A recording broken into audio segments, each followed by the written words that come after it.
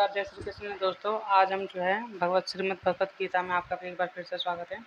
आज हम जो है श्रीमद् भगवत गीता का पहला अध्याय का दूसरा श्लोक करेंगे। हमने कल पहला अध्याय का पहला श्लोक किया था, तो आइए हम शुरुआत करते हैं इसकी।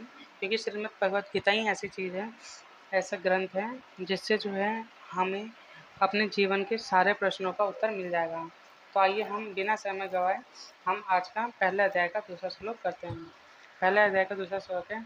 हिस्वा तु पांडवानिकम भीमं दुर्योधनस्तथा आचार्य मुंशवत प्रकट कर्मण्य राजा वचन त्रिवृतस्रा। इसका भावार्थ है कि संजय ने कहा, हे राजन, पांडव पुत्रों द्वारा सेना की व्यूह रचना देखकर राजा दुर्योधन ने अपने गुरु के पास गया और उसने यह शब्द कहे। जो दुर्योधन था, राजा दुर्योधन, जो पांडव पुत्र थे, जब सेना की रचना देखा तो घबरा गया, भयभीत हो गया और वो सीधा अपने गुरु से ये शब्द कहे। अगर इसका इंग्लिश में देखें तो Sanjay said, O king, after looking over the army arranged in military formation by the sons of Pandava, King Duryodhan went to his teacher and spoke the following words.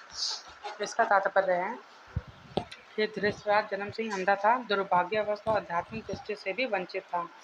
वह यह भी जानता था कि किसी भी के समान उसके पुत्र धर्म के मामले में भी अंधे हैं और उसे विश्वास था कि पांडव के साथ कभी भी समझौता नहीं कर पाएंगे, क्योंकि पांचों पांडव जन्म से ही पवित्र थे।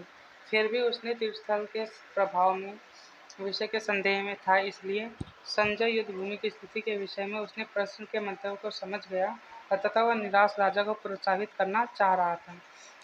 उसने उसे विश्वास दिलाया कि उसके पुत्र पवित्र स्थान के प्रभाव में आकर किसी प्रकार का समझौता करने नहीं जा रहे हैं।